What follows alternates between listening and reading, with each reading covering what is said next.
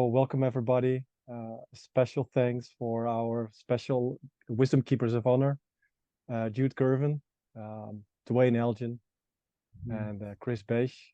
They're already familiar in the Wisdom Keepers family, and our deep gratitude for your contribution of this special gathering, this benefit gathering for, the crisis which happened on the southwest of Portugal with the wildfires. But it's a global contribution and a global one heart creation for all the people suffering from climate crisis, but also the wars and all the things are happening in the world. Thank you so much. I give a deep bow to you. And before we start with the wisdom keepers to give some depth and some deeper insights of these interesting times, I would say, where we as a human family are facing the truth of our changing times and what is going to bring us and what's the real depth and the real true understanding as we as humans facing for these transition times. So I would like to open this wisdom keepers. We created a small circle, which is beautiful, gives us time to really compress and to really be open and have a creation of just humans who wants to have a deeper understanding of this whole material. Of course, there's a bigger wisdom keepers community, and a lot of people wanted to contribute today, but it was on short notice, so a lot of people sent.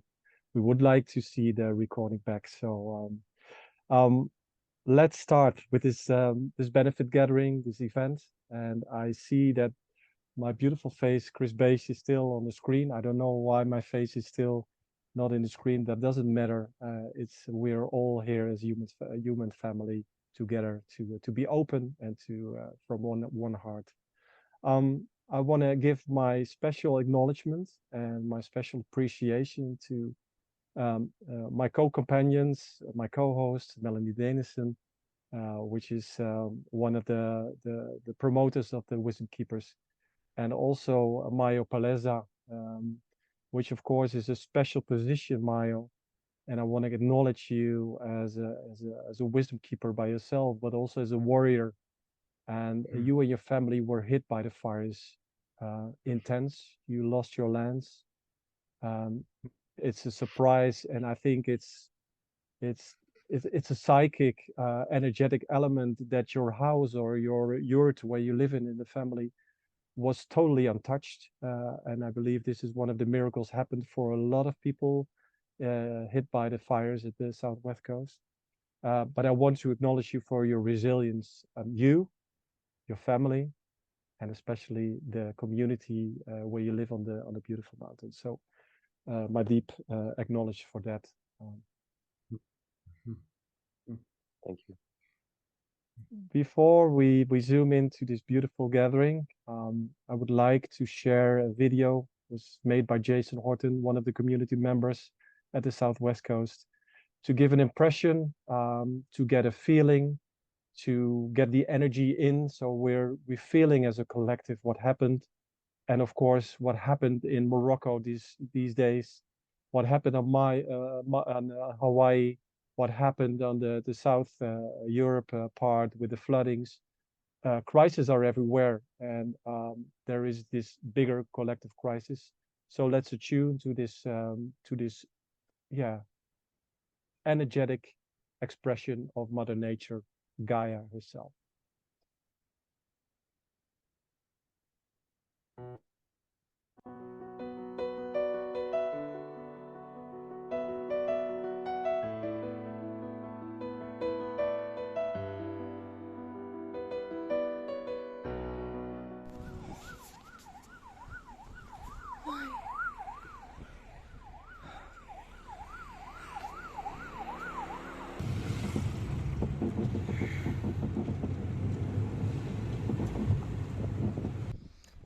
Ali, Manu vem do Enigma, ali Rodolfo, onde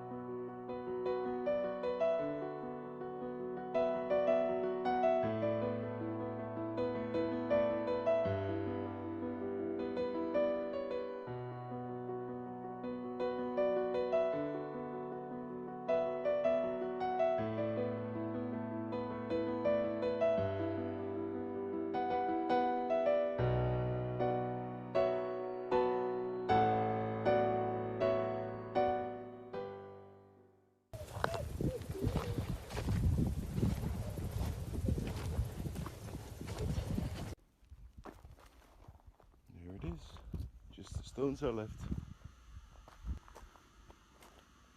It's some amazing times.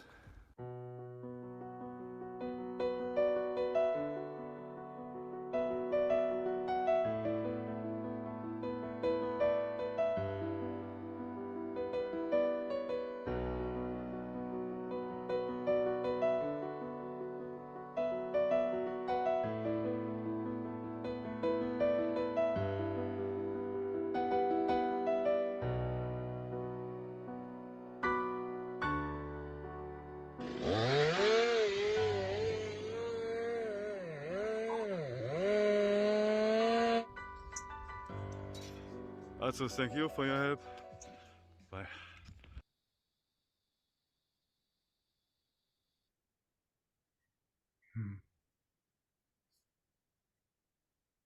Would like to give Maya or you some the possibility to express, also to understand what happened on the lands, but the impact it has on your system, on yeah, your trust in life, especially in Mother Nature. And maybe you can share something about what happened to you and your family. Yeah.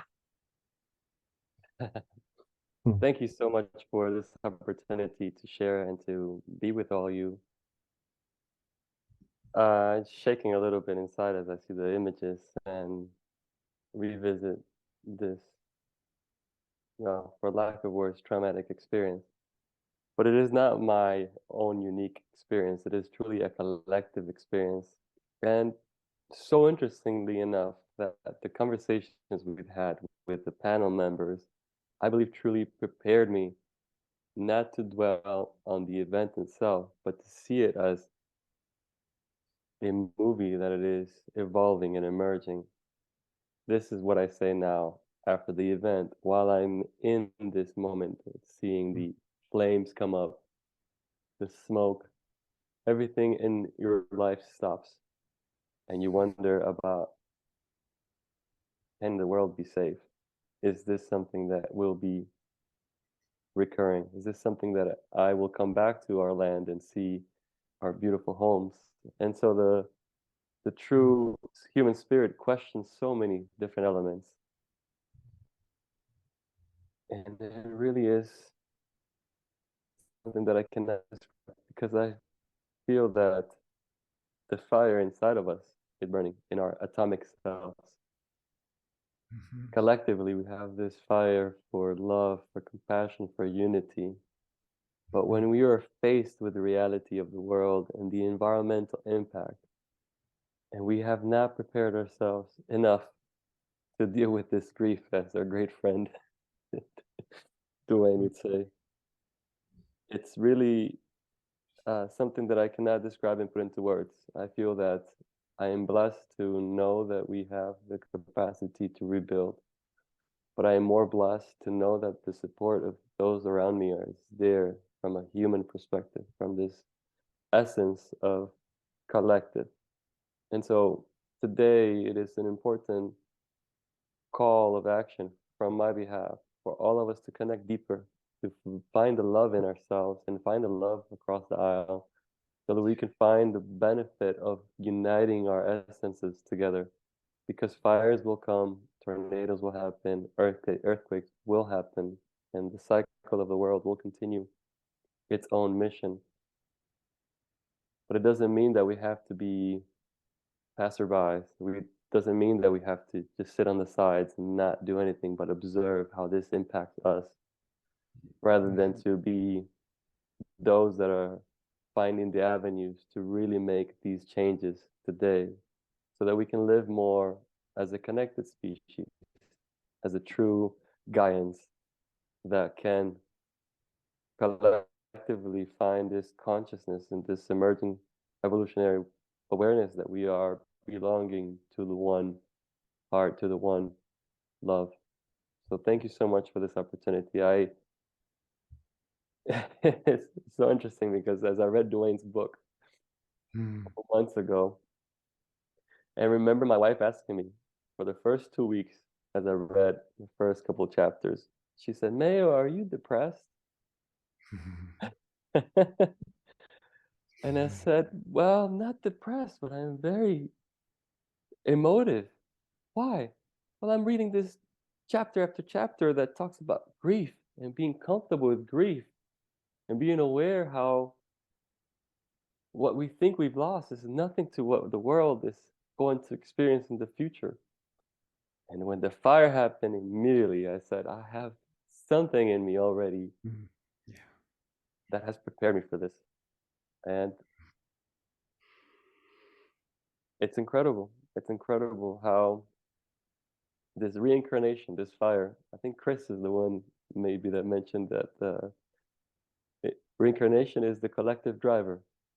And immediately as I am going through the fire, I am sensing this opportunity to find the beauty in this reincarnation. Yeah, but I say this now with a smile on my face, but it has been a very arduous month.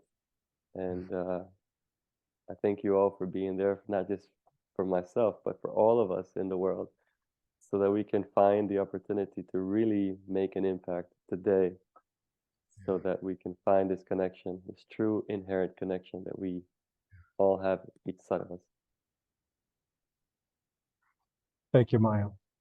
Thank you for expressing your inner world and the faith you already got from the wisdom keepers. And I really recommend for the people attuned or looking back to this recording to look back at the wisdom keepers gatherings we already had with Jude, with Chris and Duane, to understand also this deeper understanding of our future human in collaboration with Gaia. And I want to make the direction to you, Jude, as an ambassador of unity, of remembering the people who we really are, and understanding also from a scientific, but also from an ancient perspective, what our role is or what our really position is as humans in this whole Gaian situation and this interconnection of it. So let's start from there. Because you really corrected me on a beautiful way in my email contact when I said, oh, these whims of Mother Nature or Gaia, who's trying to transform us, but it's not the Gaian who's trying to transform us.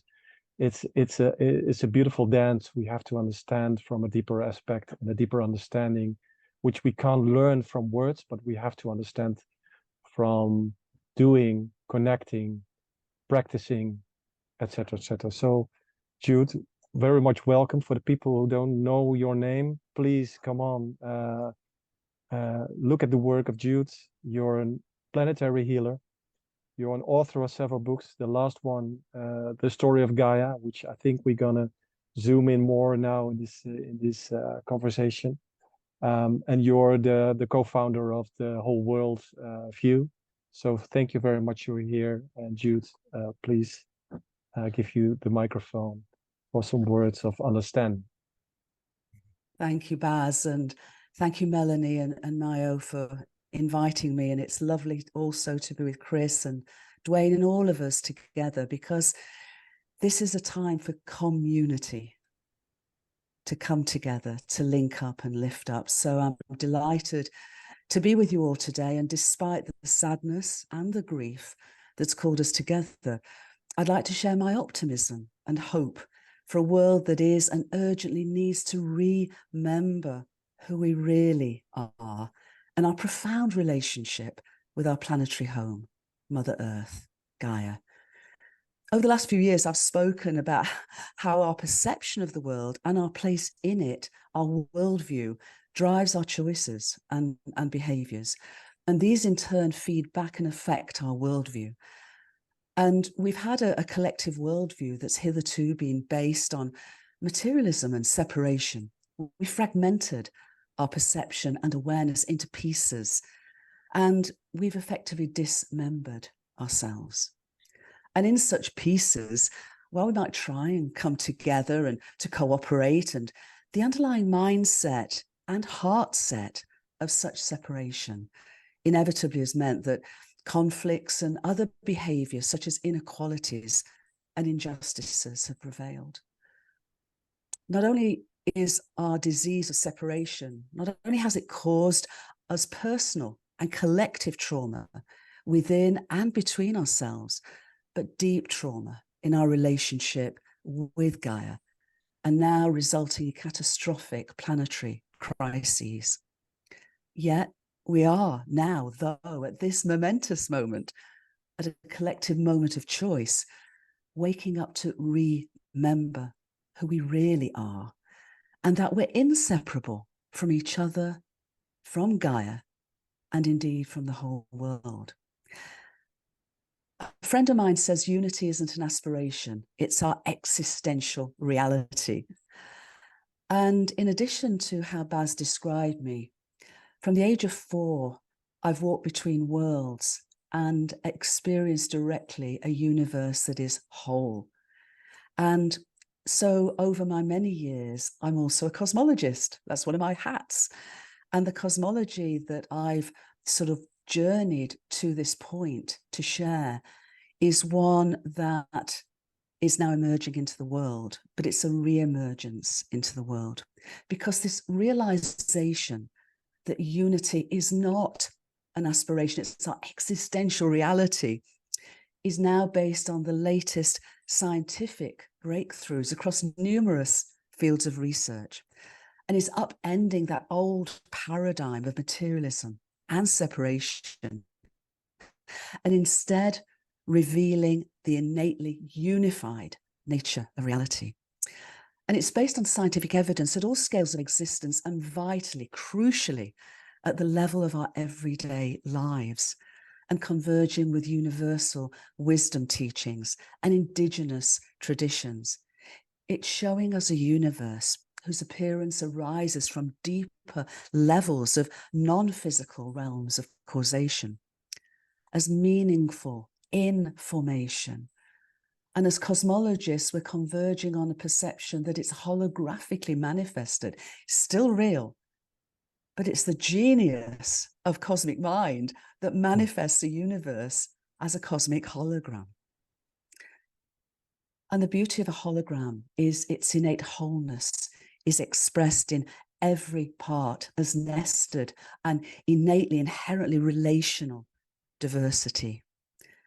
Foundationally, it's revealing that mind and consciousness aren't something we have. They're literally what we and the whole world really are. I'd now like to share with us all a short version of Gaia's own journey to this point, to set the meaning and purpose of our planetary home and ourselves in this universal context. Because what this is really showing us is that not only is the universe not just out there, it's intimately flowing through us. Its evolutionary impulse flows through our every breath. And we are being invited now to remember that we are meaningful and purposeful microcosms, microcosmic co-creators of its evolutionary arc and evolutionary impulse and conscious evolution. Forgive me for reading this next section, because the words really come out of the story of Gaia, and they flowed through me as the book was writing me. So they're words that I invite you and all of us to hear with the ears of our hearts. Gaia's story begins, though, before she came into being, and goes back to the beginning of our universe, nearly 14 billion years ago, being birthed not in the implied chaos of a Big Bang, but as the first moment of an exquisitely fine-tuned, ordered and ongoing big breath. Our living universe has meaningfully existed and purposefully evolved from its initial simplicity to ever greater levels of complexity, of individuated and collective diversity and self-awareness. With the parental care of our sun and our moon, and that of the planetary siblings of our solar family, Gaia's inheritance was the abundance of elemental resources from ancient stars, and a place perfectly nurtured by water and light for the further emergence of life in our essentially living universe. From her birth as a planetary parent, Gaia's biosphere has co-evolved from simplicity to complexity with the waters of her hydrosphere, the air of her atmosphere, the rocks and minerals of her geosphere for some 4 billion years, pulsed not by passive continuity, but proactively through change and challenge. Evolutionary emergence has not only survived, but flourished. Gaia's nature is innately dynamic, and the intricate, exquisite collaborations of her sentient and wholly interconnected Gaiosphere are perpetually evolving. Yet she's managed this extraordinary feat through all this time of not only providing a home for her biological children, from single-cell bacteria through all to plants and animals and us, each of us, comprised by a community of some 37 trillion cells, each of us, but opportunities for them and us to explore, communicate, learn, and grow in complexity, diversity, and individuated collective self-awareness. Over these 4 billion years or more, she's dealt with our sun radiating some 30% more brightly than when she became a young planetary parent. Yet she has succeeded. And despite the immense trials of regulating the interlocking and themselves evolving cycles of her entire Gaiosphere, she's continued to provide a breathable atmosphere, liquid water, resource-rich land, and temperate climate to sustain and foster the evolution of her organic children. And as a parent, she has profound wisdom that's valuable and life-affirming for all of us. She only uses the energy needed for all she achieves. She fits form to function beautifully with underlying simplicity, exquisite beauty, and intricate precision. She recycles everything with no waste. She shares and informs her skills locally and globally. She embodies collaboration throughout her Gaiosphere, appreciating healthy competition and encouraging nested and multi-level cooperation. She exults in diversity and knows it to imbue resilience and collective genius. And she exists, evolves, and thrives within the holistic limits and emergent opportunities of her planetary Gaiosphere. Her story over these billions of years has taken her and her organic children from single cells to global ecosystems, to the distributed intelligence of slime molds that I fell in love with when I wrote this book, the extended cognition of bats and spiders, the eusocial communities of bees and termites, to the dreaming of dinosaurs. Yes, we've now discovered that dinosaurs dream, or did dream. The flights of birds, the dialect-rich songs of whales, and the laughter of homonyms, us. Progressively, she's guided emergent informational networks of complexity and sentience, and with distributed and coherent multi-level intelligence. The signaling capacities of these, whether the mycelium wood wide web of an entire forest or the intricate nervous system of animals, enable such coherence to prevail. And the neural hubs of the 9 brains of octopuses, empowering their 8 arms to operate independently the 32 brains of a leech, and the enlarged ones of birds and land and marine mammals testify to their complex reasoning abilities. Alongside and beyond intellect, however, Gaia has progressively nurtured empathy and emotional attachments in her biosphere, in the cooperative and loving relationships of mates, parents and offspring, families and communities. She's embedded circles of caring. Bacteria, insects and fish cooperate to look after their communities, others of their communities, especially the vulnerable. And in the altruism observed in rats and monkeys, the grieving of elephants, not only for their own kind, but for their human carers, the self-sacrifices of human strangers, and the protection of others not of their own species by humpback whales. The circles of care further expand as spirals of compassion. We're a narrative sharing species, and this emergent and revolutionary understanding is enabling a new and unitive narrative of our conscious and evolutionary universe, our beloved planetary home Gaia, and ourselves, to underpin, frame, inspire and empower the healing of our relationships with each other and vitally with Gaia. We're the youngest of her organic children. We embody her legacy and that of the 13.8 billion year old evolutionary impulse of our entire universe.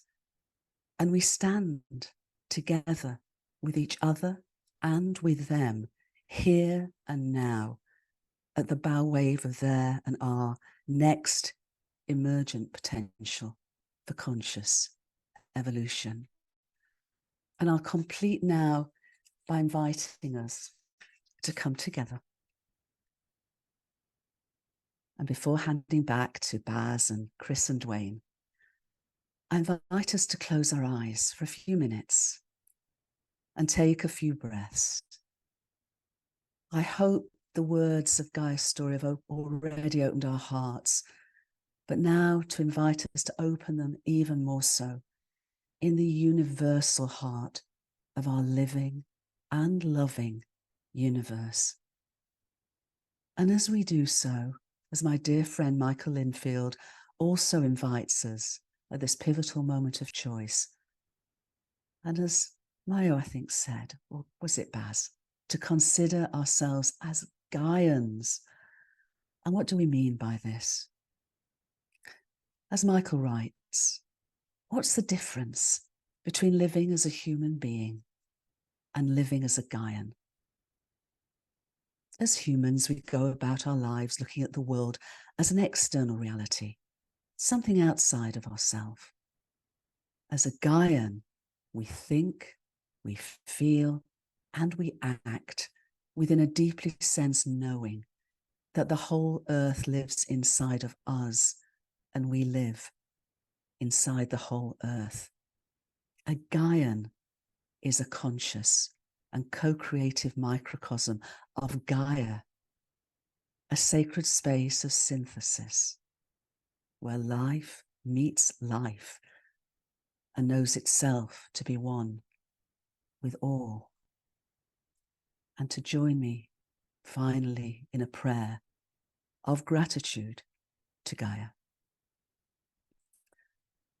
You made me with stardust gathered from ancient suns. You bore me in your primordial belly through long aeons of possibility.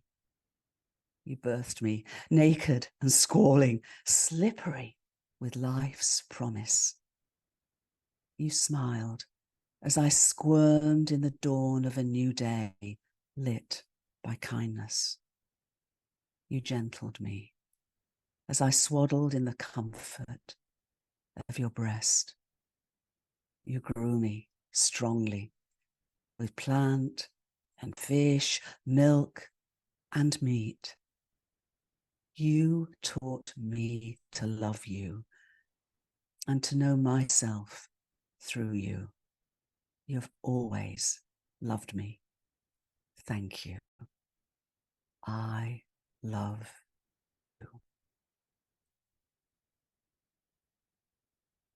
Thank you, everyone. Namaste.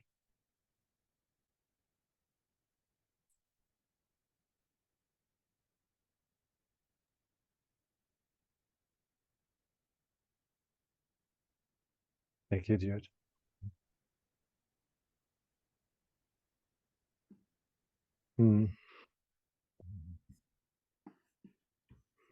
Words of hope that combines, I believe, the work of you both, all three together, Duane, Chris, Jude. These words of hope are a deep embodiment of this understanding who we really are in deeper connection with the living universe. So thank you, Jude, for remembering it, spreading it all the time, so we can embody it and not forgetting it. That's how our nature works. I don't know how much time you have left, because I know, Jude, you have a busy schedule. And maybe, Mayo, if you have a question for Jude, maybe we've got some few minutes to go. And then we And I go can stay. I so want to hear what Duane and Chris's wisdom is. Okay. I can stay till 1:15, so I'm Wow, here. that's beautiful. That's beautiful. Maybe let's make the connection to Chris and Duane, because in your words, what you expressed, Jude, and in your beautiful book, which are transmitted via Gaia or via the living universe, there are so much the same themes and understandings which Chris and Duane also came with. For me, it also feels, and maybe there's a connection also with Mayo suffering or had this deep impact, this crisis, and his family and the community, is this deep grief, this deep anxiety, this deep collective trauma we have all in our DNA or in our information fields, which for me sometimes it feels prevents to remember who we really are and to reconnect with the unity and the living universe. So maybe we can step there.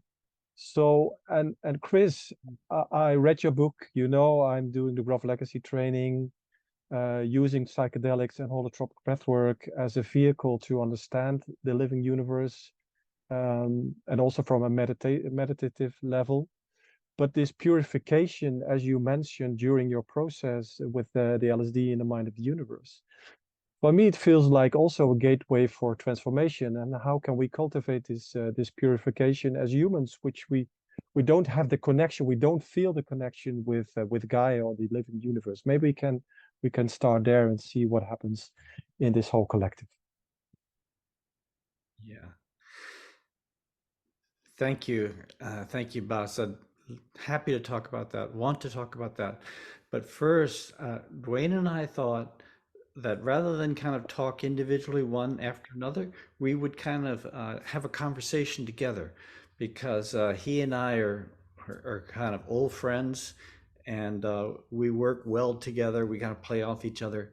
So before I kind of pivot with Duane, and Duane, turn on your microphone. Jude, I just want to say the words that you passed on to us from Gaia are, to me, a sacred text. They're just so beautiful, so filled with truth, so filled with the love coming to us and the love coming back to Gaia, and so rich with the insight of the true knowledge of origin and the true story that's emerging of our deeper, deeper, deeper birthplace in this sacred, intelligent, hyper-intelligent context that's birthed this situation, this crisis in history, with meaning and intent, with purpose.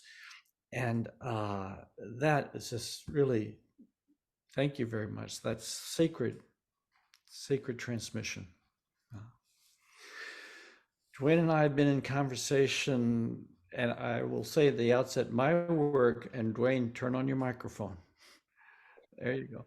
My work is is not empirical. I mean, it's not grounded in the scientific data. And I'm not a natural mystic. I wish I were, but I'm not. My work is grounded in psychedelic, visionary shamanism, just deep visionary experience. And Duane, social activist, ponder of the evolution of humanity for decades. He's been doing this, and in terms of just highlighting some of the textures of the current times that we're going into, the times that Milo has described in such moving and powerful way. Yeah, Duane, let me pivot to you and invite you to come forward with how you see events unfolding, how you see our time in history now. And then we can turn to explore what each of us see as the underlying story that's underneath the current events that are coming forward. Thank you, brother. So good to be here with you, Chris. Yeah.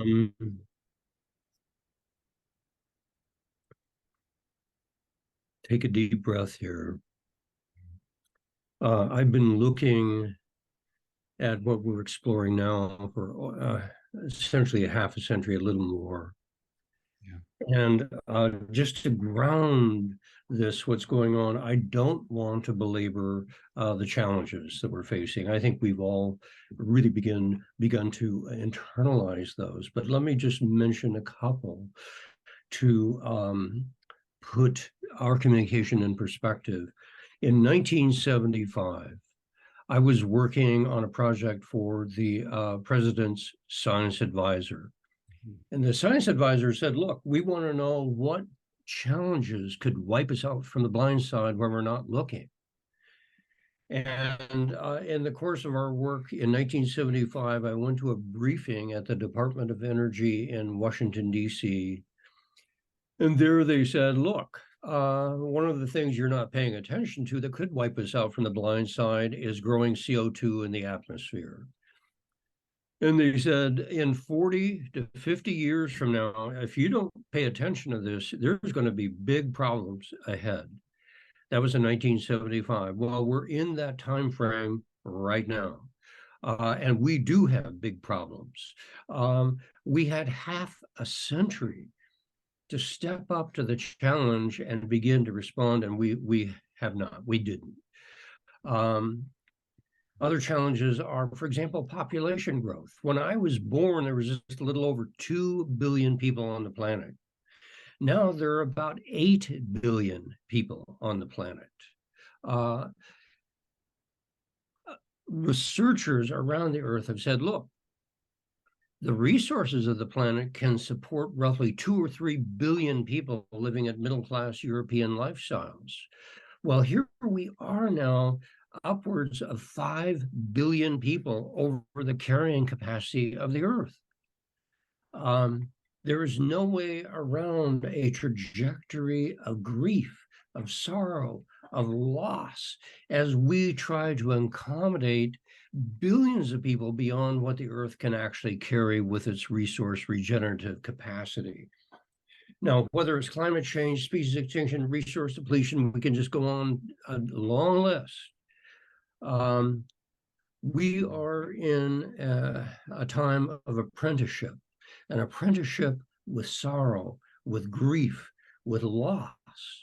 And that apprenticeship is just going to break us open. It is breaking us open as beings. And ecological collapse brings ego collapse, the collapse of the ego, the social ego that is held in place for the last several hundred years as a materialistic world is collapsing. And because it's collapsing, it's opening up new space for growth, for becoming in our world. And I'm looking forward to exploring that with my brother Chris. So let me pause there and turn it back to you, brother.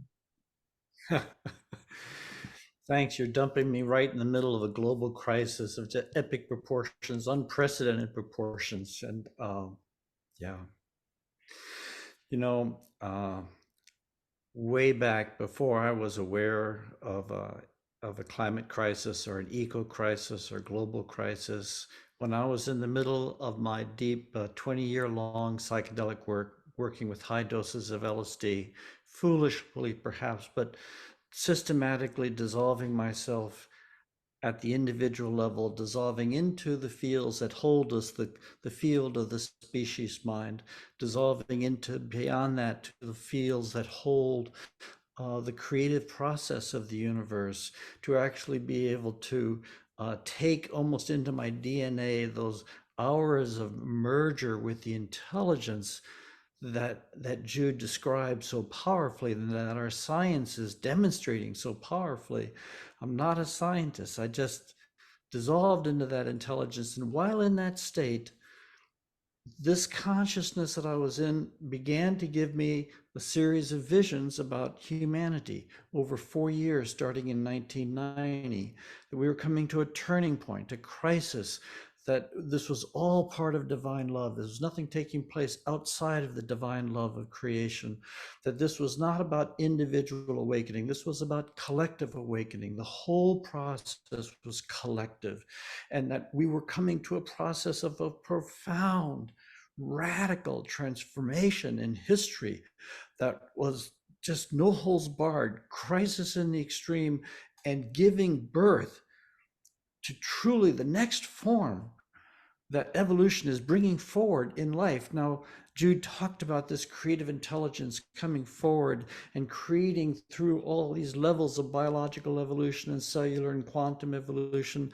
and eventually giving birth to forms of consciousness like ourselves that had sufficient individuation to begin to develop a process of evolutionary growth beyond this incarnation, beginning to develop the fermentation of the soul, the remembrance strong enough to survive the destruction of the body, the collection of all of our wisdom through years and years and years and hundreds of years, the growing of intelligence and reincarnation. And the question then becomes, what is nature doing with all that experience? What is it doing with all the experience, which is more than the experience that we can bring into any one incarnation? Surely we're growing individually, but there's a deeper process afoot where the entire architecture of humanity, what Jung called the collective unconscious, the species mind, the deep substructure, that itself is evolving underneath all of our individual life forms evolving. And it kept pointing me towards this turning point that we were coming to. But at that time, in the early 90s, it did not show me how we were ever going to make it through this transition. And then in 1995, still, almost 30 years ago, before I knew anything about these things,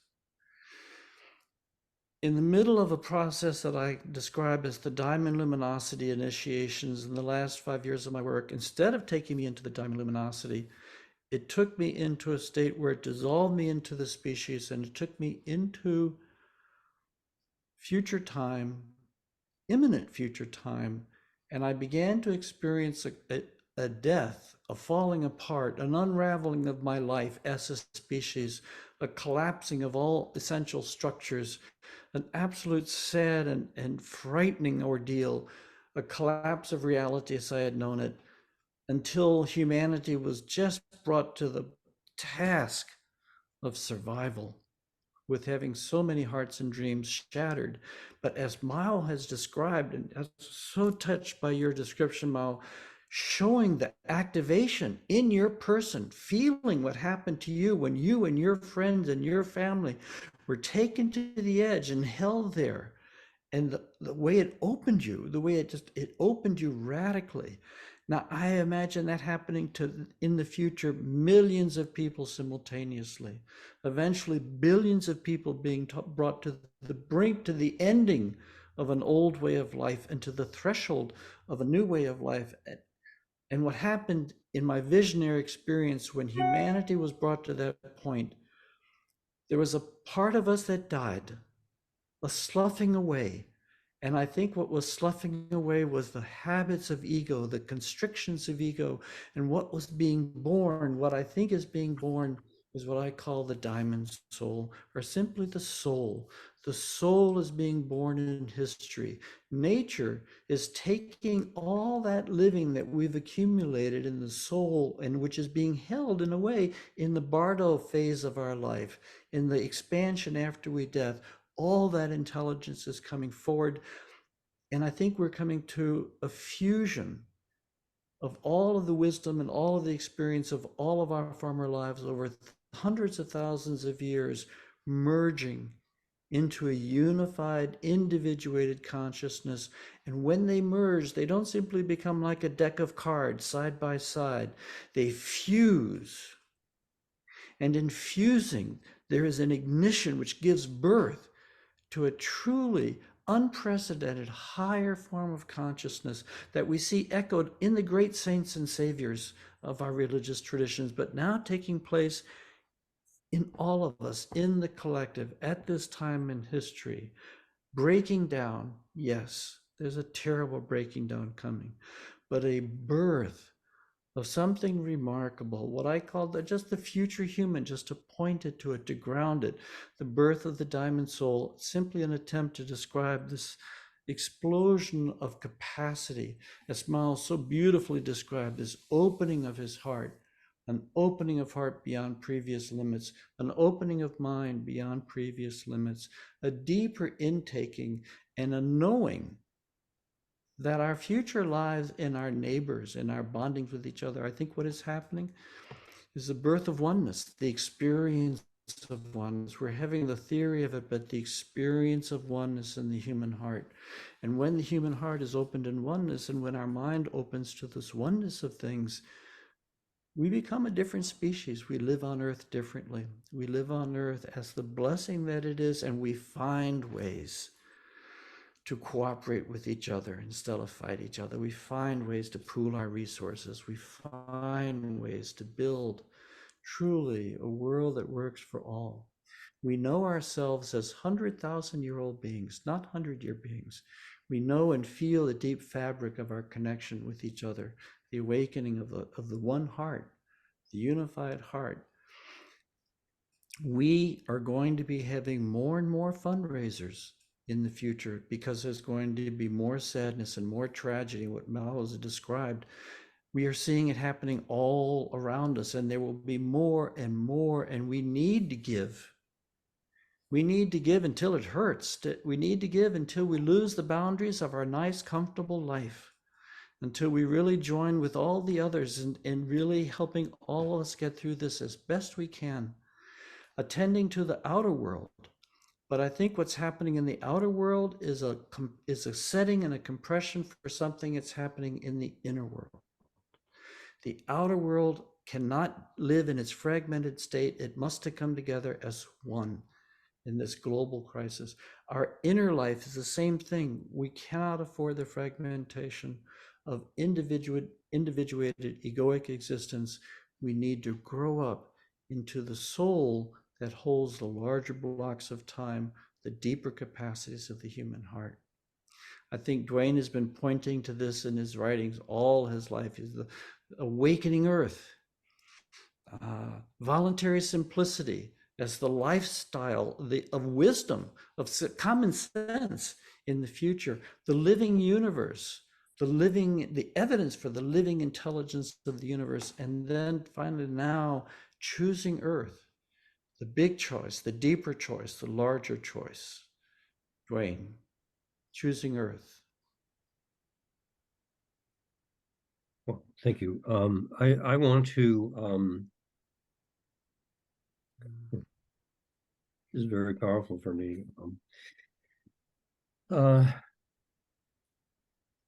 Going to what you were saying, Chris, as well as Jude, you're both speaking about the universe not as dead matter and empty space, but as a living system, a living presence.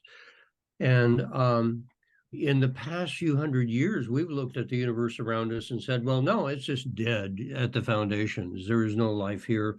So how can we enjoy being here? Well, it's how much you consume is a measure of your happiness. And we are turning away from consumption as the measure of happiness and breaking open the ego attachment to consumption and finding under that what Chris is mentioning, what Jude has described, and that is soul. We're discovering our soul, the soul that lives in a living universe. So an enormous transformation is underway as we shift our perception of where we are from dead to alive, from dead to alive. And it takes the apprenticeship with sorrow, with loss, with grief to see, let's break that open and see what's there. Well, it's a life, its soul, its presence. And that's what we're recovering are those sensibilities that we've carried but then forgotten. So we are in the process then expanding our sense of who we are. We're not just biological beings in a dead universe. We're in soul beings in a living universe. What are we doing here? What are we doing here? We're learning to live in a living universe. What an extraordinary invitation. Universe says, well, you can have a few years enjoying material comforts and benefits, or you can be on a journey in eternity, learning to live in a living universe. And it's extraordinary, the invitation that's before us now, but we have to leave the world of the past. Leaving the world of the past means a time of loss, of sorrow, of grief. And so it is with deep, heartfelt compassion that I feel for what we're all going through. We're all going to go through this together. Some people think, well, I'm going to avoid this. I'm a billionaire and I can find a place of refuge and so on. No, the world we are creating is so challenging, so different, so unique, so toxic in many ways to the world of the past that no one is going to escape this transition unscathed. All of us will be impacted. Every billionaire, every impoverished person on the planet, we're all going through this. And we either rise together as a community, as Chris is suggesting and Jude has described, or we fall together and we go into functional extinction as a species and hand over the evolutionary leadership to a new kind of human, a new kind of being that can take on the larger journey of learning to live in a living universe. So thank you for both Jude and Chris for inviting us into this larger view of who we are and where we're going here. Thank you, Duane. Yeah.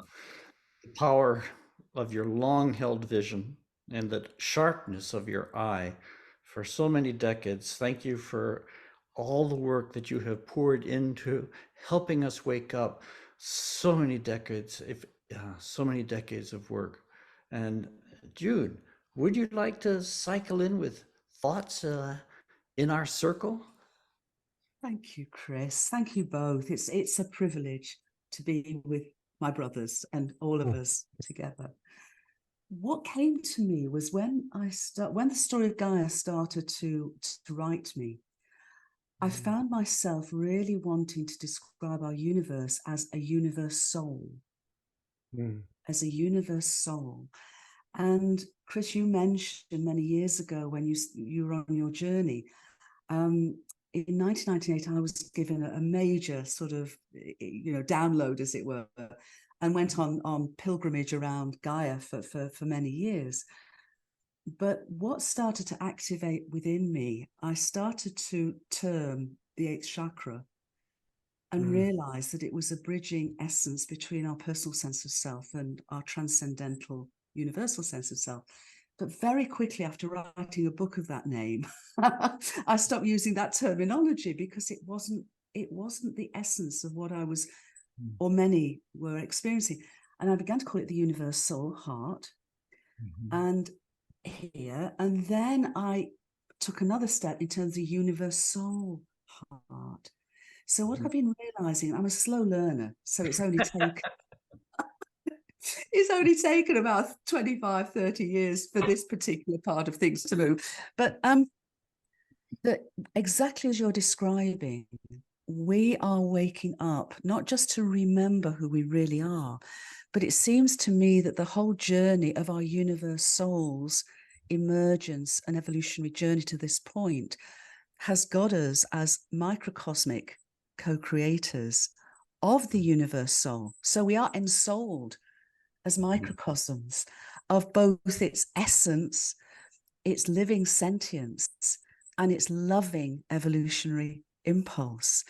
So I was just responding to what you both so beautifully put, but it's exactly this, that we are now, by remembering unity, we are able to be ensouled as a microcosm of our universe soul in the universe soul heart. What an amazing, amazing, incredible moment and wonderful impulse. And just to finish off, you said about 100,000 years. Our story goes back to the beginning of the big breath, because the hydrogen in the waters and the elements of our bodies literally was brought into being literally a few minutes after the beginning of our universe, less time than it takes to boil an egg. Our story began literally, and the journey ever since. Every time we breathe, we're breathing our universe through us. Whenever we drink a glass of water or realize that our bodies are 70% water, as is our Gaia, that's our universe, in the universe soul, the universe heart within us. So many, many thanks to you both. Yeah. And there's a phrase you use, and I tried to hold it, and it slipped my mind. It's the solitude of gathering, or something about this center, which keeps gathering experience, gathers more experience, the growing of the soul. So, I'm thinking of this gathering of experience, which no matter what, is not going to stop in the middle or after this crisis. And if we navigate it, it's not going to stop. So the universe in each of our beings is gathering more and more experience, hundreds of thousands of years of experience. And what's going to happen to the center that's holding all this experience? It has been gathering it for so long. And I think we're at a combustion point. I think we're at a point where our pain is going to activate us, not only our individual hearts, and this is part of the vision that was given me. The whole human species is a mind field. It's a unified field. It is a field of energy. And our individual pain is going to be so great and unrelenting and crossing so many millions of people, billions of people, that it's not just going to be our individual beings that are in pain. The human species field is going to be activated, energized, and shift the entire psychic field of the collective psyche out of what we might call its linear state of stabilized functioning, but shift it into a high energy non-linear state. And we know something about what happens to physical systems when they enter non-physical states. Higher creativity, in small changes can produce big outcomes. Novelty, unprecedented novelty. And I think this is true for the human species. The human species is going to be driven into a non-linear state, not only socially, politically, but actually psychically at a very, very deep level. And in that condition, individuals can have a greater impact than any other time in history, because of the conditions of non-linear hypercreativity, hypersensitivity.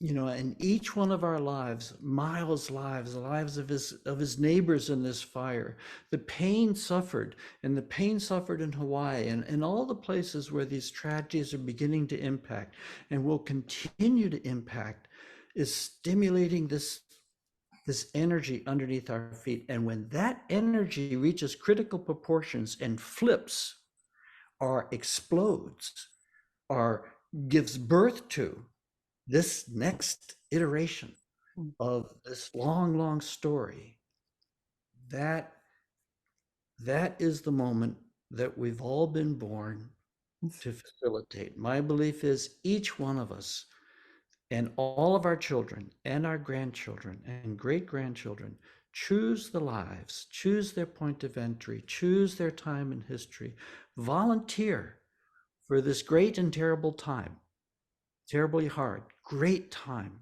important time, giving birth to the future human, a true evolutionary child, a diamond being. Yeah. Thank you so much. In such a half an hour, the essence of the big mind, the big universe, universal soul. I'm starting off with a question which I already started before Chris and Duane came, which is the essential question for me. And then we open the space for whoever wants to ask questions. So we have, I see 30 minutes left to stay in time with this beautiful gathering.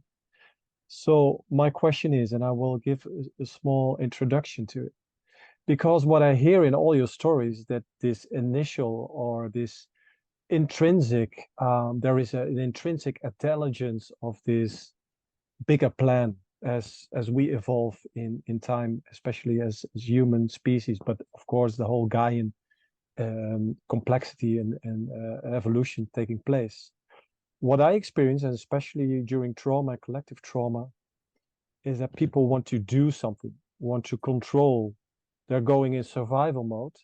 And what closes is the heart, and especially the eighth chakra, I believe, Jude. So I always get questions from our Wisdom Keepers crowd or communities. What can we do? What can I do as an individual at this stage to open up this this collective universal field?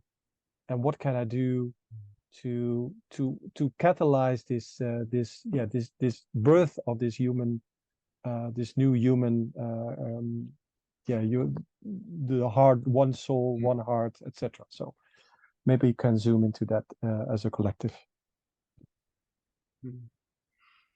Duane, you want to lead off on this? I always pivot to you for what to do. I always defer to Duane as to what to do as well. So I share your point. Who will I defer to? Let's see. To the larger wisdom of aliveness that permeates it all. First of all, people say, well, how can I break out of this place of grief and sorrow and so on? And I say, well, first of all, begin by opening to the possibility that you're living in a living universe. Really open your being to that possibility. Walk along the street. Do as I do. Sometimes I'll say, okay, surprise me. I'm just closing in on myself. What can I do? How can I open up? Surprise me. Within 2 or 3 steps, the universe says, well, here's the flight of a bumblebee. Here's the beauty of a flower. Here's one image or another that just floods in with feelings of aliveness and gratitude, and it's wonder that we are here doing what we are doing, and then we're broken open from the contraction and control, and to say, well, look, what is it that brings me alive? Is it the playing music? Is it dancing? Is it running? Is it creating art? Is it whatever? That doesn't cost a lot of money, but it brings me alive, and it's our aliveness that we're seeking to cultivate in this time of right now, a time of initiation as a species, initiation from our habits of living in a dead universe, emphasizing consumption, to a living universe emphasizing soul, the beauty of aliveness, the wonderment of that, the connection with our brothers and sisters in that place. So there's so much that we could say that we can do. It's the food that we eat, it's the clothes that we wear, the work that we do, the home in which we live, on and on. People say, well, what can I do? It's everything. It's everywhere around us. Let's get underway. Pick something that you feel passionate about, food, clothing, housing, I don't care, but let's get underway with your unique talents and gifts that you're bringing to the world. And that's where the initiation is taking us. It's away from us, me, as a small being, to we, as a universal, part of the universal consciousness. It's not only part of the Earth's consciousness, as Jude is saying so beautifully. We're a part of an ensouled universe. Let's enjoy the ensoulment, the learning, the love, the life that comes from that. So there there's so many areas and ways in which we can contribute and engage that it's just astonishing. So please, Chris. I have a comment to make regarding this important discussion. And Duane, I remember in the last conversations, you mentioned the 3 miracles in life.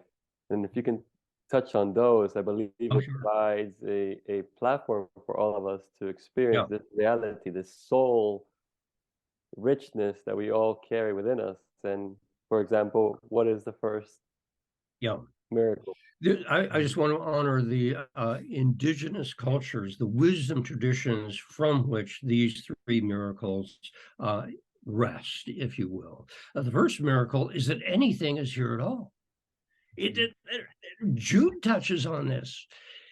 It's extraordinary. We went from a universe smaller than an atom to now there are an estimated 2 trillion galaxies in our universe. 2 trillion.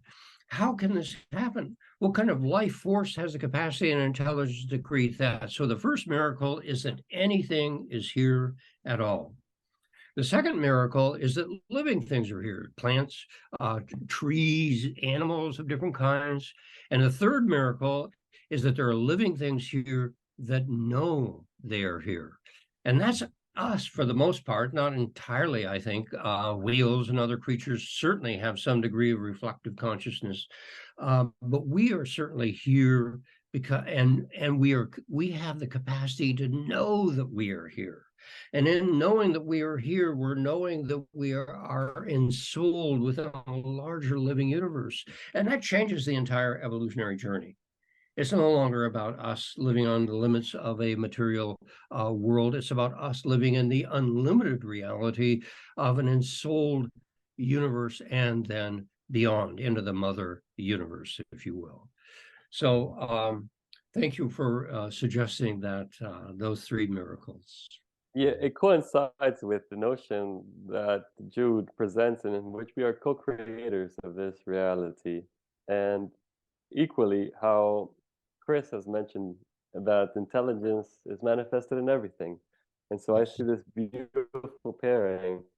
And the question that Boss presented is a question that I deal with personally. As the fires came and we came back, I think we had to wait 10 days before all the toxic fumes were not present in the elements, not just in natural elements, but in our homes with the batteries and all the synthetic things that we surround ourselves with that we don't know how harmful they are until somebody says you cannot walk into that forest for 10 days before those fumes are toxic. And I found myself in the midst of all these other men and women and children and humans who had their narratives. For example, the men, I need to go back and rebuild the land. I must establish ourselves again and recreate. And the women had this other element of holding space and being there and really truly being one with this air, one with the elements. And somehow in between these 2 forces, I found myself crying and wanting to be a superhero at the same time. And it only took 3 weeks for me to forget these 3 miracles, to forget that the intelligence is in everything. Because then I found the narrative, the collective narrative that so easily comes and creeps into our mind. This materialism or this separatism, as Jude has said. And it really wasn't until I found myself with the ash and weeping and finding how beautiful that this living system is inside of me. And I am also inside of it. and how recognizing the evolutionary journey, the fire that once catapulted us 4 billion years or 40 billion years ago, into this fire that now drives our stories and our narratives. And so the question that Boss asked is a question I ask myself every day.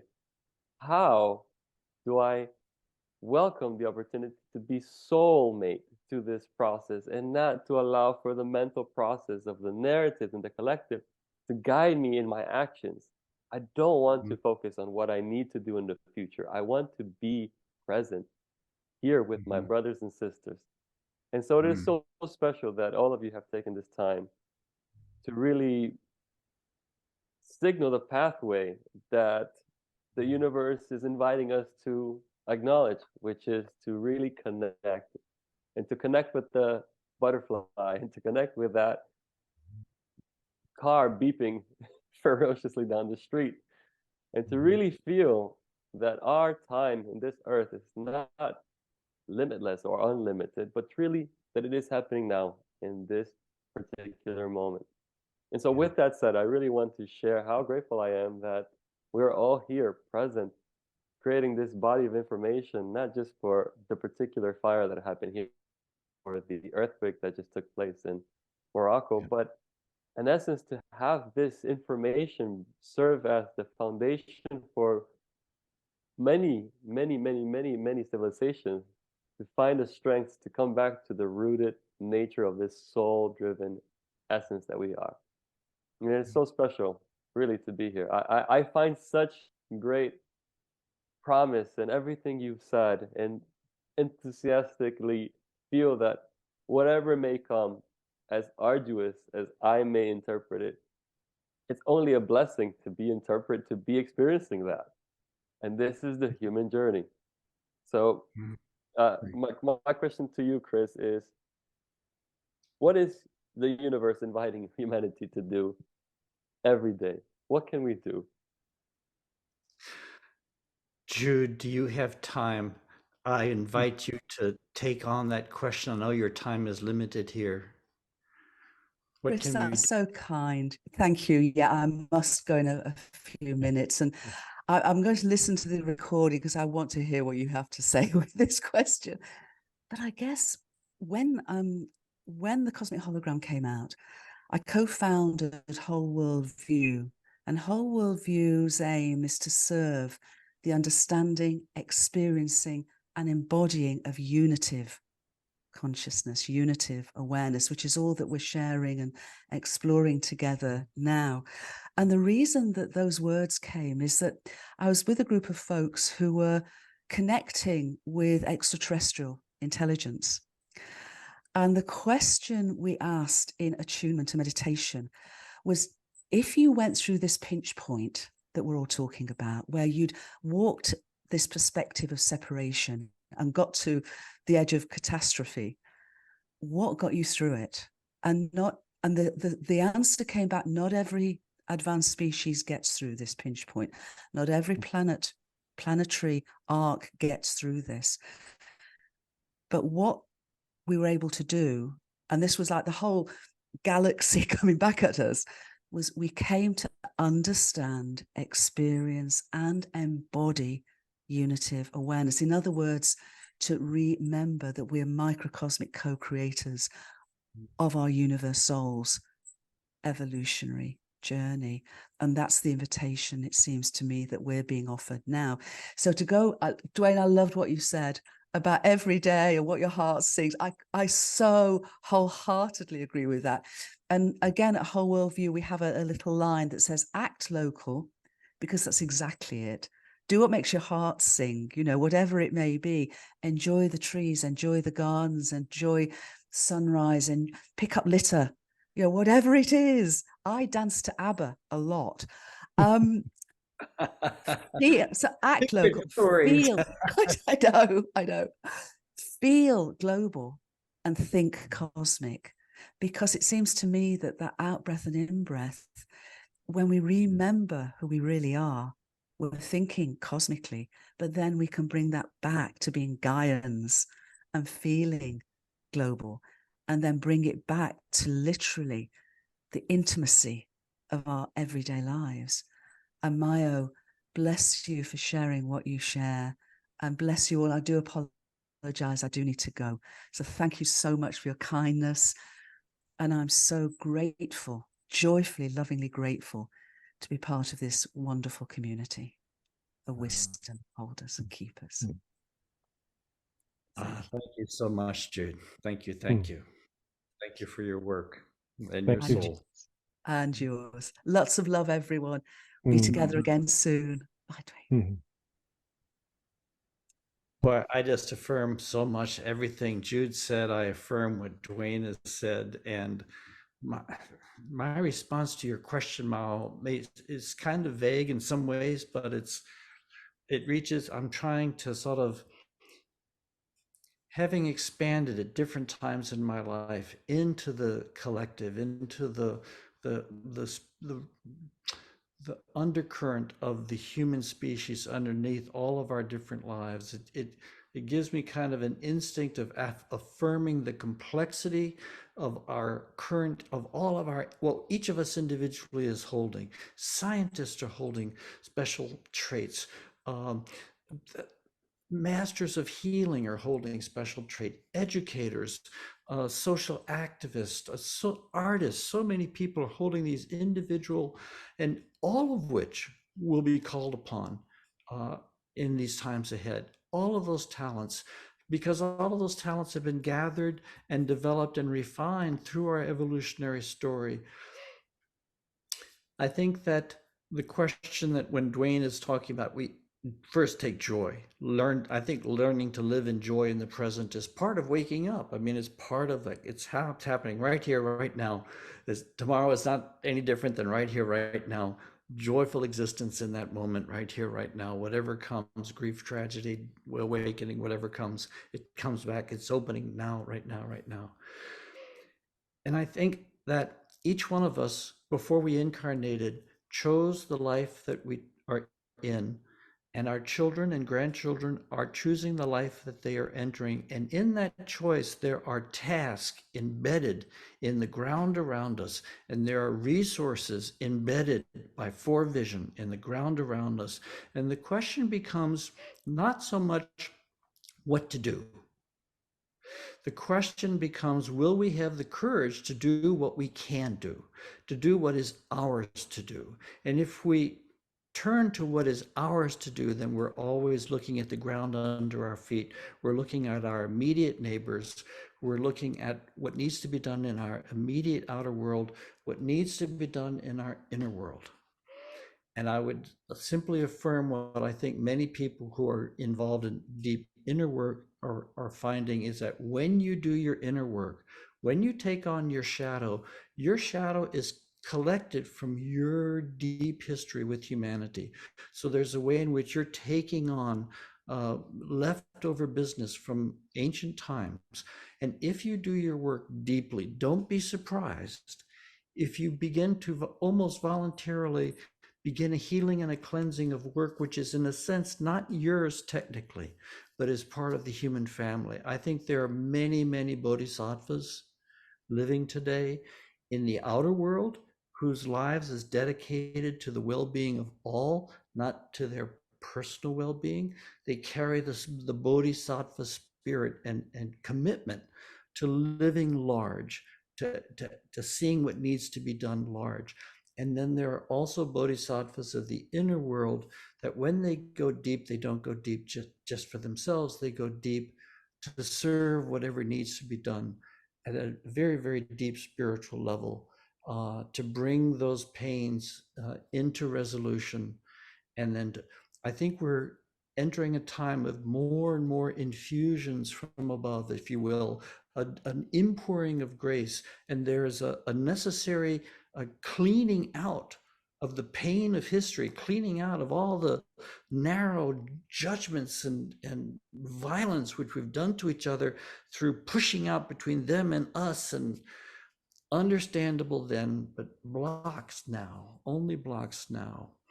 So I think turning to the work at hand, turning what is in front of us now, owning our shadow, working on our collective shadow, And you know, Mao, I come back to you, Mao, that your description is so beautiful. What happened to you when you were losing everything?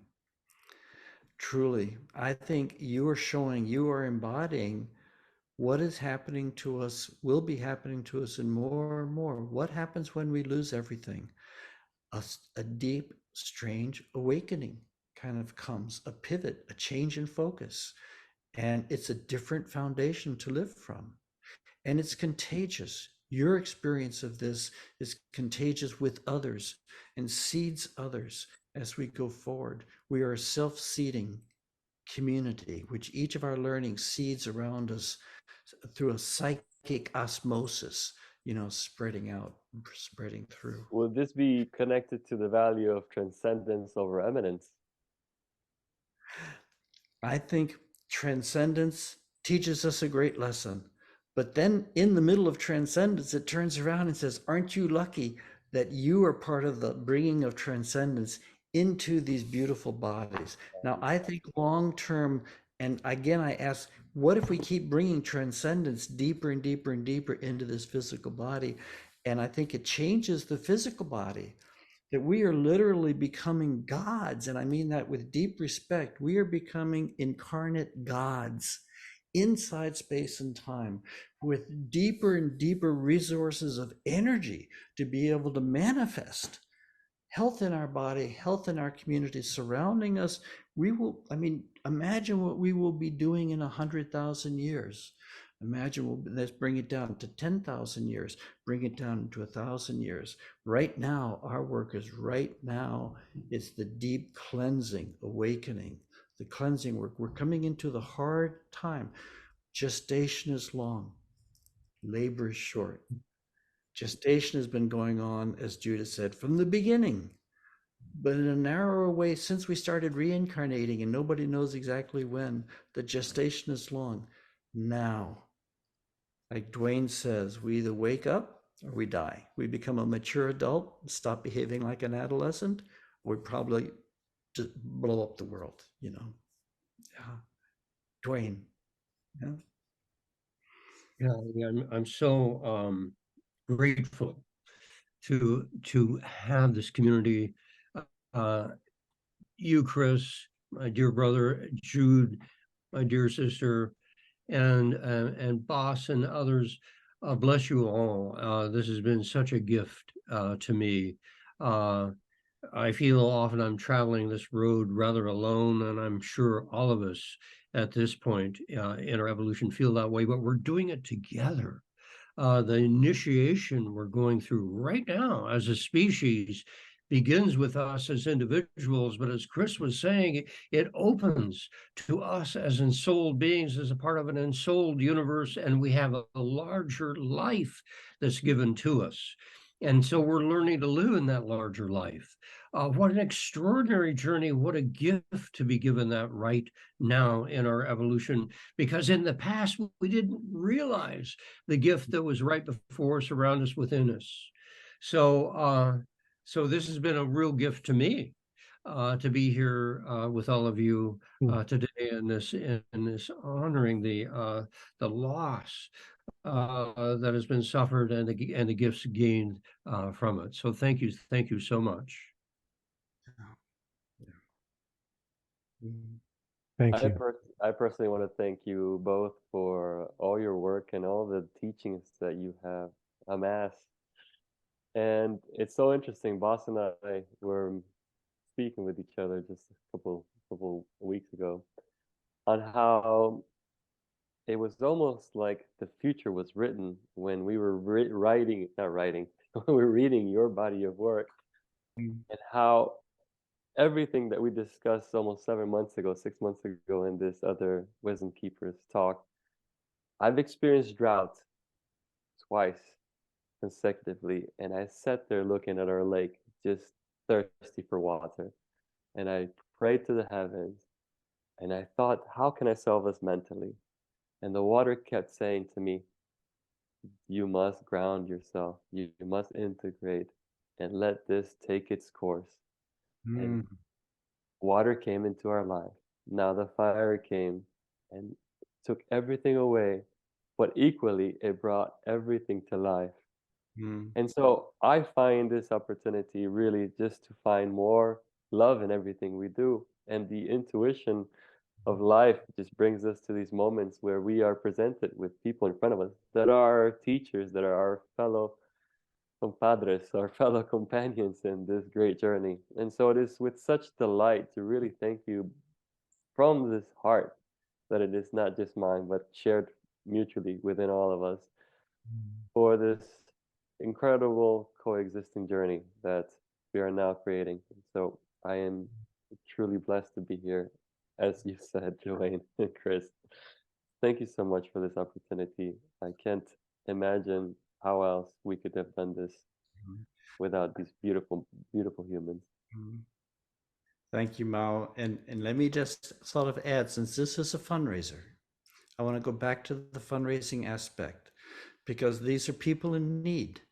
And as the Dalai Lama has told us so many times, the great benefit of value of having resources is to be able to share them and give them away. Because when we give away, we strengthen everything that's good emerging. And when we hold things tight, we just commit and reinforce the structures of the past. So I invite all of our listeners and myself as well, be generous and grow from being generous. Share what you have with people in need here, now, today, and in the years ahead. We'll all have many opportunities to be generous till it hurts. Please do yourself the good favor, being generous till it hurts, because that's really when something wonderful happens.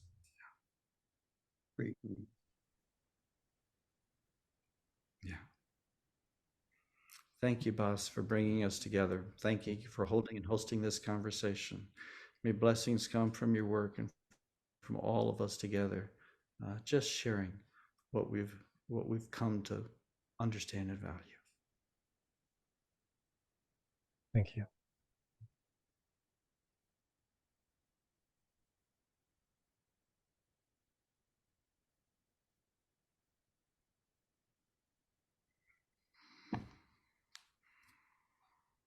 Most beautiful closing.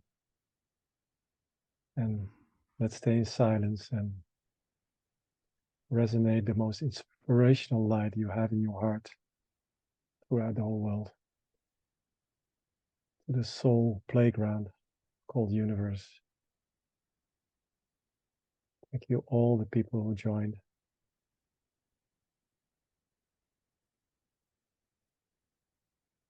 Thank you.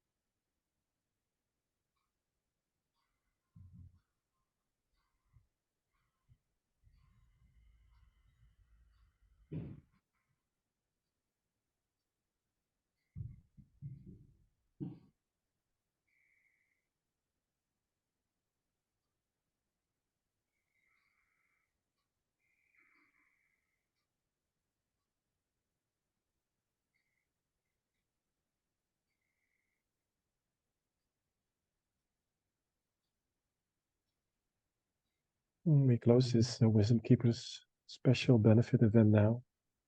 Feel free to stay in this space, connected with the heart. Spread your light. And we stay connected.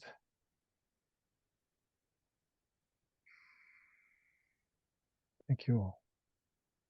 Thank you. Mm-hmm.